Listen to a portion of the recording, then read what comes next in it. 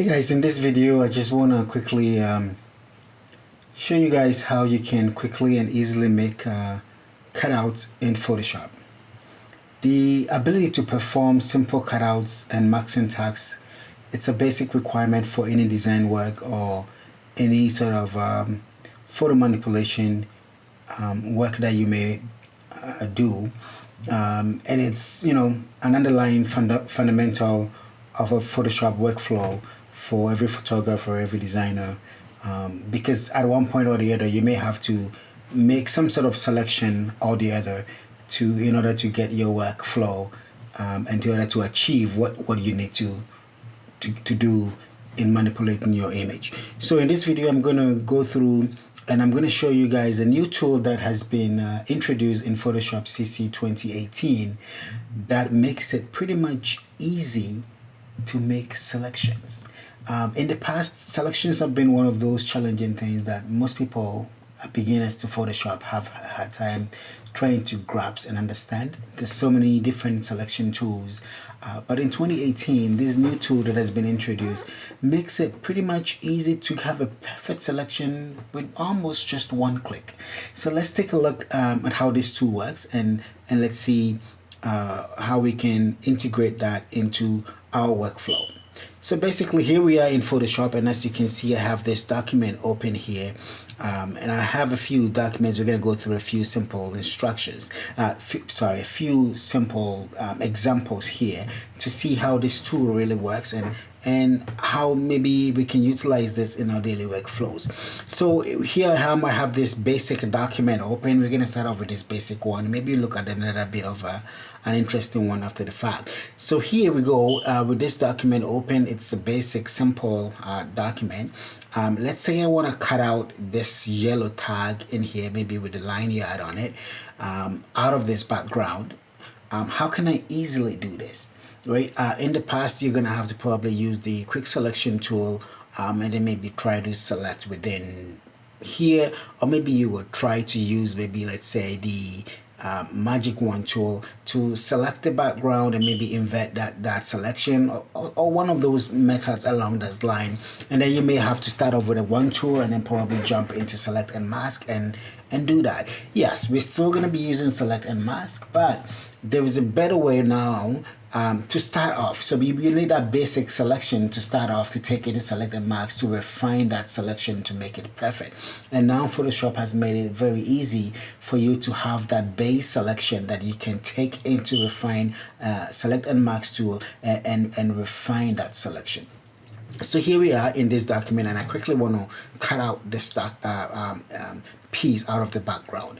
So in this example, I'm just going to take the quick selection tool, and with the quick selection tool selected, or any of the selection tools selected, you're going to come to the top here where you have the tool options. And as you can see, this is the regular old select and mask tool that we've been using for quite some time now. And as you can see now, next to that tool you have this select subject button or tool. So let's see how what this tool does. So with this image open, with this layer selected, I'm now going to just click on this select subject button. And as you can see, Photoshop is doing some calculations, and it was going to try to determine what the subject is. And as you can see here, it's done a fantastic job. It's basically been able to detect that this is the most important piece in this whole image, and maybe this is what I want to select. And it has made a almost perfect selection. If I should just let's say turn off these layers and put a mask on this image or this layer, as you can see, it's almost perfect. So now you have your base selection, but you can see it has a little bit of color and stuff at the bottom here. And if you want to refine this selection, now you can click and go into your select and mask tool and refine the selection and make it as perfect as you want. But here we see Photoshop making that decision and determining what is the main focus of the document, and making an almost perfect selection in just one click. Right, this is amazing. So I'm gonna turn on this layer here, and I'm gonna turn off this top layer, and in this example we see that we have this woman at a beach or maybe at a pool, and you can see this image has a very shallow depth of field. And we're trying to see if we can cut out the lady or the woman and separate her from the background. With the quick selection tool selected now, let's go in here and we're gonna just go and click on the button again, select subject, and Photoshop is going to do its calculations, and let's see how it does with this shallow depth of field image. And as you can see, it's done an almost perfect job once again. I mean, the hair we need to refine a little bit. Hair has always been a challenge to select, and you can see here maybe a little bit here as well we need to refine, but at least this has given us an almost perfect starting point where we can take this now into the select and mask tool, right, and just basically play around here. This is a quick demo, so I'm not gonna go into making it perfect, but as you can see here, almost perfect selection, just a starting point, and you can play with it for a few minutes in the select and mask tool and perfect that selection.